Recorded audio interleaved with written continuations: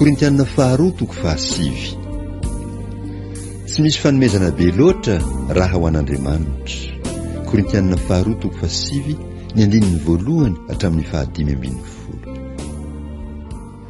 Fa ny amin'ny fiantrana ho an'ny olona masina dia tsy misy tokony handratako aminareo. Fa fantatro ny fahazotoanareo izay ataoko reharehany aminareo amin'ny Makedoniana hoe efa voninahitry ny taona itsy Akaia, ary ny zotom-ponareo dia nampirisika ny maro.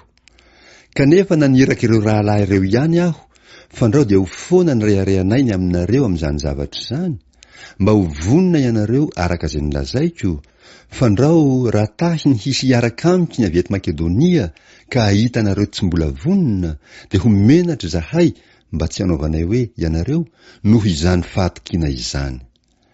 Koa nataoko fa tsy maintsy mangataka ny rahalahy handeha hialoha ho any aminareo aho, ka vita raha teo ny fiantranareo izay nikasainareo teo aloha, mba ho vitaina toy ny fiantrana izany fa tsy toy ny fahihirana.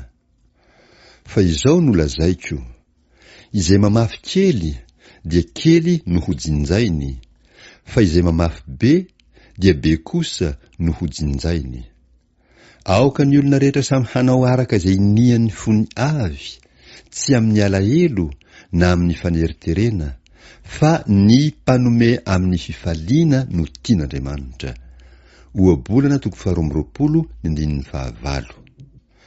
Ary Andriamanitra mahay mampitombo ny fahasoavana rehetra aminareo, mba hanananareo ny oniny rehetra mandrakariva amin'ny zavatra rehetra, ka hitombo amin'ny asa tsara rehetra, araka ny voasoratra hoe namafy izy, eny nanome ho an'ny malahelo, ny fahamarinany maharitra mandrakizay. Salamo 2:1. Ary izay manome voa ho an'ny mpamafy sy mofo hoanina, dia hanome sy hahabe ny voa afafinareo ary hampitombo ny vokatry ny fahamarinanareo, dia hanankarena amin'ny zavatra rehetra ianareo ka handroso amin'ny hitsi-po izay mahatonga ny fisaoranay an'Andriamanitra.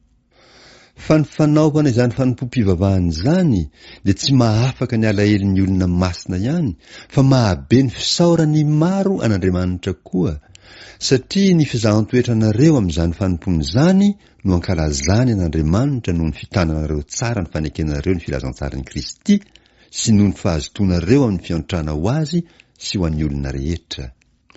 Ary amin'ny fangatahany ho anareo dia manina anareo izy noho ny habe ny fahasoavan'Andriamanitra aminareo. Isaorana ny Andriamanitra noho ny fanomezany tsy azo tononona.